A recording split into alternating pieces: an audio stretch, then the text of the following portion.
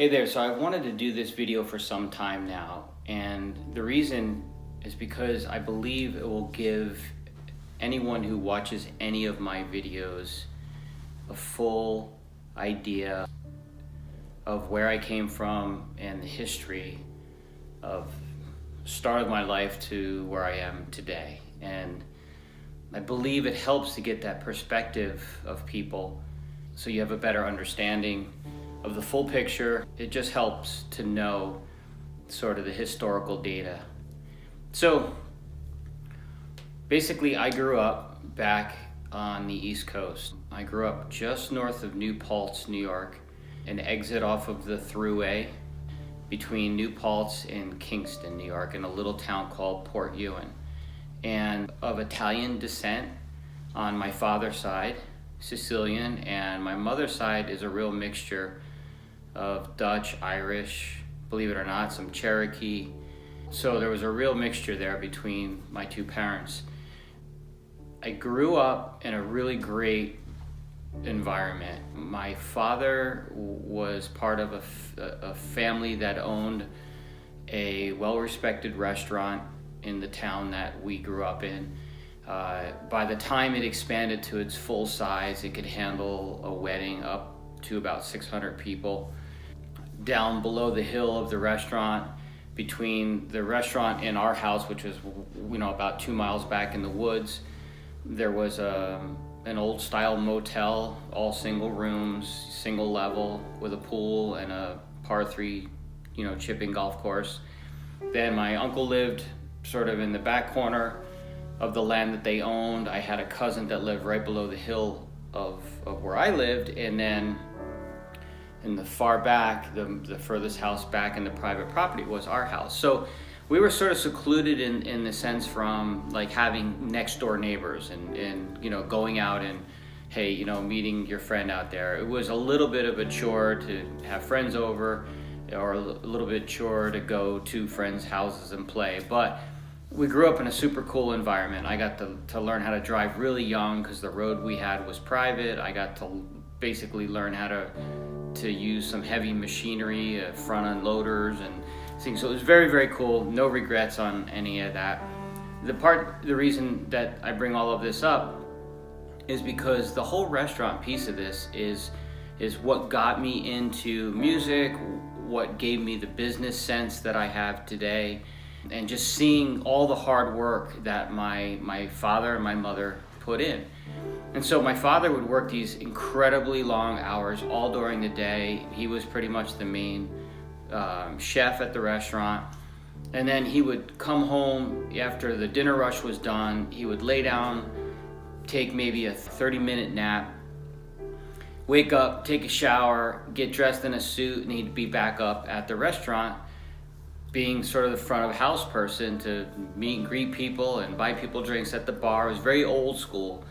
And he would repeat this every single day, and he wouldn't get home until probably 4 in the morning. In those days, places could stay open really late.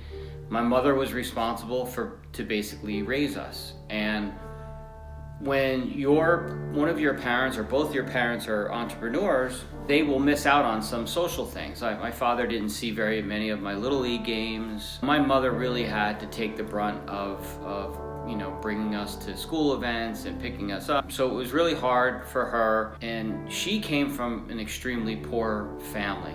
And so she was always very defensive in the sense of, you got to get your education, you got to get a real job. Anything thinking of being an entrepreneur was crazy. I think the negative part of my brain and upbringing primarily comes from my mother, because it was never like, go out and do what you love, go out and take a chance, go out and do all of these things. It was, no, you have to get a job and make money and support yourself. Always, always, always.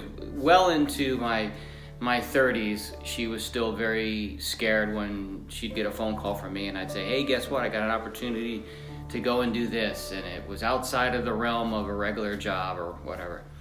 But the first piece of that happened when I wanted to go away to college, and I had no plans, and a couple of my friends in high school were going away to a New York State school and they were going to go and study music.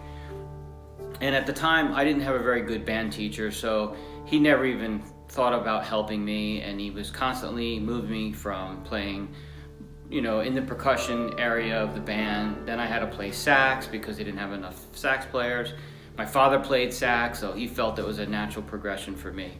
So when it came time to go away to college, I basically told my parents, I'm going away, and they're like, you're not prepared for it, we can't afford it, all of the thing. And it was more of my mother again, and I love my mother. I love the strength of my mother and all of that she had.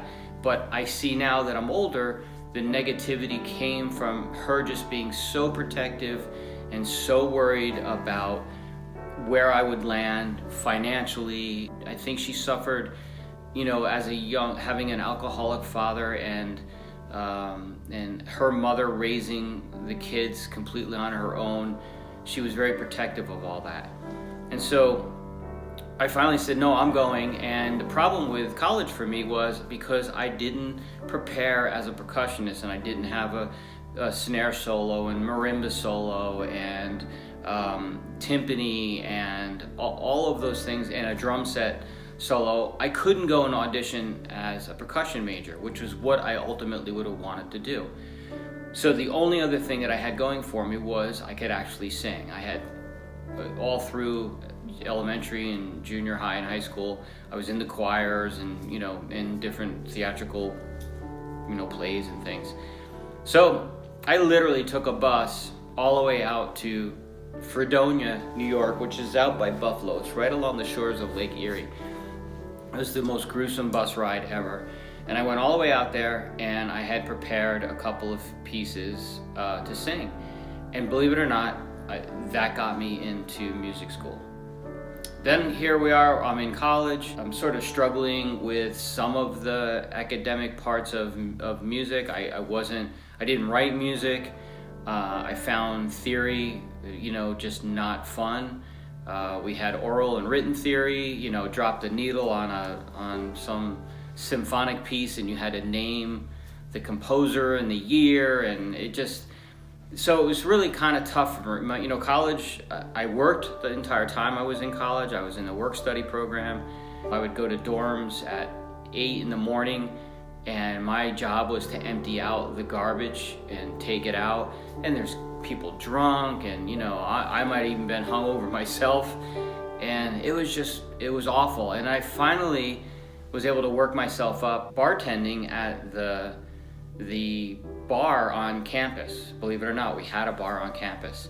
And so I became a bartender at the bar on campus. And then I eventually realized that if I went to one of the really nice restaurants in town and became a bartender, I could make really good money because the people there were more, they were adults, and they would tip you well at the bar.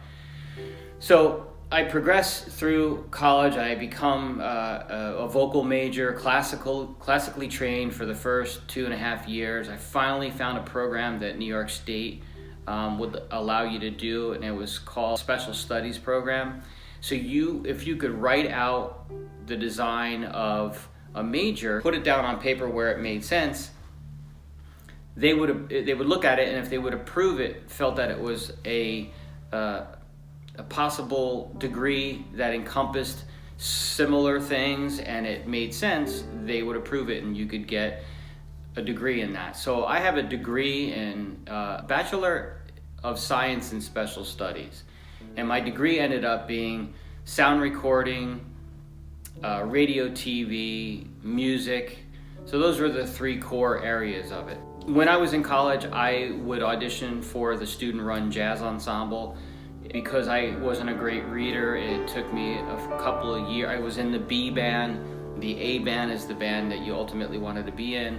I finally made it into the A band. We went to the Notre Dame Collegiate Jazz Festival. We were a small school and not a big music, program compared to North Texas State or Miami or Berkeley or any of those. And we actually won the contest. And I was playing drums, so that was a very, very cool thing. Finally, I graduate college. I get out by the skin of my teeth. I move to New York. I'm thinking I'm gonna be a drummer in New York, and I'm gonna figure it out. So I lived with my cousin in a spare room out in Woodside, Queens. I finally found a job being a waiter down at the Fulton Street Fish Market in New York City. Before that job, I did all sorts of weird things to make money. Nothing creepy though, but weird. And finally I got that job for a while. That was decent. And then through a friend of my father's, I became basically a paper pusher on the 15th floor of One World Trade Center. So I was in the World Trade Centers working for a few years, and I was basically stamping paperwork. And I would work there all day. I would go downstairs to the gym. I'd work out. I'd travel back out to Woodside, Queens. I'd take a shower. I'd lay down for a few hours. I'd get up. I'd practice at about 11:30 at night. I'd get on the subway, head back in. I'd go to the Blue Note, and I'd go to the jam session that started at 1 a.m. in the morning. And I would go there for just so many weeks before I finally was asked to play. My name would be on the list, but I'd get overlooked. It's just like this young white kid sitting in the front with a pair of sticks in his hand. And Ted Curson, the trumpeter, was running the jam session. Finally, I got to get up and play. I did a decent enough job. Next time I went back, I got to play a little earlier in the night, and then it became more of a thing. One of the years when I was in college, just before I graduated, the Billy Taylor Trio came to Fredonia.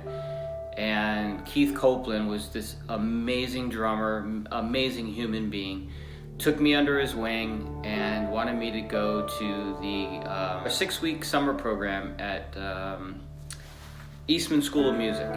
So for 6 weeks, I spent at Eastman with this jazz program, got to play with Billy Taylor and had Keith kind of mentoring me.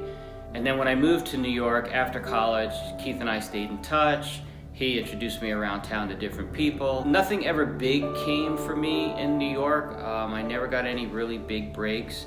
I don't think I was prepared. In my life, I always seemed to be a few years behind where I maybe should have been at that time. I try not to look back and overthink that. So I finally put together a quartet, and my quartet had every Thursday night for about 2.5 years at a little club on, I believe it was like 26th Street and 3rd Avenue. And the members of my band were all the players that were in town off the various big bands that were out on the road. Most of the people in my band were from Harry Connick Jr.'s band. And I'd have Joe Magnarelli on trumpet and Joel Weiskopf on keys, Ben Wolf on bass, sometimes Essiet on bass. Billy Drummond would come in and sit in. Harry Connick came in a couple times, super nice, and we had fun. So fast forward, I'm living there and I'm doing this import-export brokerage paper stamping stuff, playing some gigs here and there. I get into a blues band. We travel up and down the East Coast. We go as far down as Memphis, as far west as Chicago, as far north as Toronto. Just doing this weekend warrior kind of thing. Put out 3 or 4 CDs. The band had really great recognition in these local markets that we were in. We'd always pack the house, but never anything beyond that. Finally, I make the move out of the city after moving from Woodside, Queens to Manhattan itself for quite a while on 14th Street and 8th Avenue, then up to 96th Street and 2nd Avenue, then eventually out to, I believe I was in West New York, they called it, close to Newark, then eventually out to Montclair, then West Orange, and then finally I got into software technology. I got out of the import-export broker thing, got into technology, and when I say technology, at that time, it was basically I was a nighttime supervisor running reports at this company called VMS. And VMS would record all the radio and TV broadcasts, and then they would sell segments of that material, believe it or not, on like VHS and beta and on audio tapes to clients that said, hey, something aired on so-and-so show last Friday from this time. I need that segment because we're going to use it in-house as a focus group, a case study, whatever. A lot of the business was advertising agencies that wanted to compare what let's say Burger King was doing against McDonald's ads and things like that. Other things were news stories. It was just all over the map. But literally, we were shipping out. We had racks and racks of VHS and beta, machines and audio gear, recording stuff, and we were physically taking a copy of that stuff, duplicating it, and sending it out to clients. That company, when I started, I believe there were 2 offices maybe, or maybe it was just the New York office. My boss stopped showing up. Like, he would just knew that I had things handled, so he would like come in midday in the afternoon, and eventually they caught on that I was really doing all the work, and they made me the chief technology officer. Eventually, I had my own office right next to the president. When I finally left that company, I was responsible for 28 offices across the United States.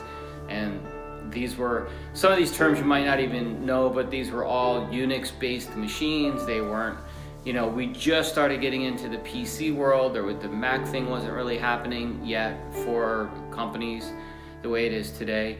Eventually I left there because I wanted to go and I don't even know why I left, to be honest. Can't remember, but I went to this company that took this off-the-shelf software called ACT, which is a contact management software. And we took that software and we would customize it to fit the business model. It allowed enough customization in the back end that if you were a car salesman or you sold insurance or whatever, we literally could go in the back end of it, customize it to fit your business. So I became an ACT certified consultant, and I would go and do these, sit with people and say, well, what does your business do? And follow it from the initial phone call, the lead coming in, all the way through the prospecting phase, all the way to the end, the sale, and that type of thing. So I got really good at that, and I saw that where I was working it was sort of dead end for me. So then I jumped ship and I went to a larger company that did that. And then I eventually rose up in the ranks at that company. And here it is, I'm basically doing all of this technology stuff full-time, and music was a backseat. I always had this entrepreneurial spirit. I always wanted to run and own businesses. And the route that I thought would be best out of college was create a really successful business, get it so it's making you so much money, or you sell it for so much money, then I could follow my passion to be a drummer and tour the world and play music. Bad move. Don't do that move. Whatever you want to do, you got to go right for that, right at the moment that you're thinking about it. So I didn't do that. I took this sort of, reverse route to get to that goal. So finally, with this company, this last company I was with for a while in New York, I rose up to the ranks where I was, I think, maybe vice president. I don't even know. And it's been so long ago. And then finally, I knew nothing was happening there. I helped to build a really great company, and it was sort of a dead end for me. That's when I went out on my own and created my own company that did what I was doing for the other two companies. Became a competitor of them, but built a decent company, and we did really well. And then when 9/11 happened, just the economy seemed to just freeze up. Business just kind of fell off really quickly in New York. People were scared, people were holding on to their money, projects just came to a halt. So I got to the point where I had to let a bunch of people go that were on our staff, and I had to get out of the rent space that I was in. It was too expensive. So I sort of gave away my company to another company and went to work for them. I didn't even really sell it like it should have been sold, because it had value. We had contact, we had a database. And I went to work for this company, and I moved up to Scarsdale, New York. And I did that for a little while for them, but I could also tell that there was nothing ever gonna come out of this for me. So coming home on the train, on the Metro North, saying, you know what, I'm really sick of the cold and the rain, and people were standing right on top of me. And I had come out to Arizona a bunch of times for the ACT conference that happened here. I got to love Arizona and Scottsdale because of the conferences that I would attend. And I kept saying, hey, one day I'll retire there. So instead of doing that, I said, well, why would I wait till I'm old and decrepit and I can't play golf and I can't, go on hikes. So literally from the moment I sat down with Joe Allen and said, okay, we're out of here. Let's get out. It's too expensive to live in New York. We're never going to buy a house here with the taxes being $30,000 a year and blah, blah, blah. From the moment we sat down that night, made that decision, a month later, everything was on a truck coming out to Arizona. We basically rented a house sight unseen off of Craigslist, continued doing some act consulting. We put out feelers and did that for a little while. And then I had always wanted to start a home automation business, which is basically smart home technology, lighting controls, home theaters, all of that stuff. Why I wanted to do that, I never ever understood, but I did. So I went for it. We created a company. We were right in the heart of the busy building boom was happening out here. The company grew rapidly. It was super hard work, manual, pulling wires, getting up super early in the morning. I didn't play hardly at all. I was exhausted at the end of the nights. So we did that all the way until the economy went bust in 2008, 9, whatever that framework was. And when that happened, I basically, luckily I didn't have any vehicles or office space. We were basically working out of our home. And I sold off all the equipment. I just got rid of everything. And at the end of 2010, I said that starting January 1st, 2011, I was going to do nothing but music full time. So here we fast forward, January 1st, 2011. I don't do anything else but music. And that means I'm playing literally 7 nights a week, sometimes doubles on Saturdays and Sundays. If there was a slow time, I might do some odd jobs. I might say, I can help somebody with a WordPress website. I was getting into social media, so I was able to help some people and get paid for these side jobs. I finally had to wean myself off of doing the side jobs, because if you are kind of always have one foot out the door and one foot in the door, you'd never make the full jump. So I said, okay, I'm not doing any of that other stuff anymore. I'm only doing stuff that revolves around music. So that was giving drum lessons. And just then I started figuring out the whole booking thing.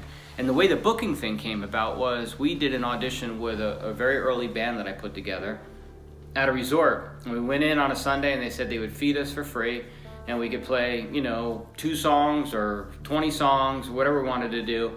If they liked us, they would hire us. And we played a few songs and they loved us. And they ended up offering us every Friday and Saturday night.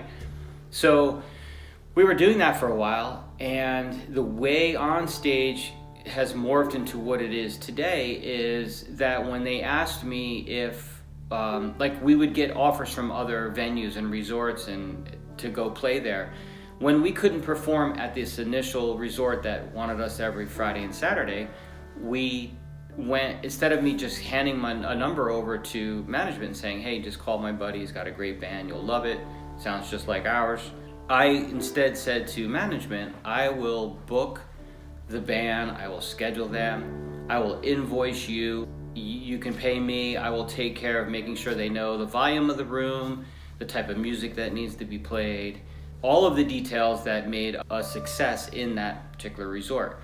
That literally was the birth of Onstage, because from that point forward, I would then branch out and look for other venues to say, hey, I could take this over for you and it won't cost you any more money, but I will handle everything for you.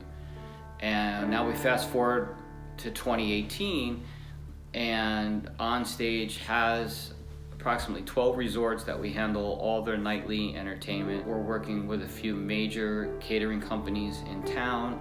We're working with these companies called DMCs, which are destination management companies. So a lot of conferences happen in the Scottsdale, Phoenix area because of the weather, and these DMCs handle very large events for the most part. Google comes to town. They need a company that can handle all the logistics, from picking people up at the airport to booking out 1,500 rooms in a 3-mile radius to booking all the entertainment for cocktail hours or their award ceremonies or the welcome ceremony. Here we are. It's April 2018, almost May. And the reason I wanted to do this was I wanted to let someone see the full picture of where I came from and where I am today. And I think when you're giving advice or you're trying to inspire people, if they have a historical background, nothing was handed to me. I worked really hard to get here. I've made a lot of mistakes. I want to help people prevent them from making those mistakes. I'm always willing to give advice when asked. I don't offer it out freely because I don't want to insult anybody.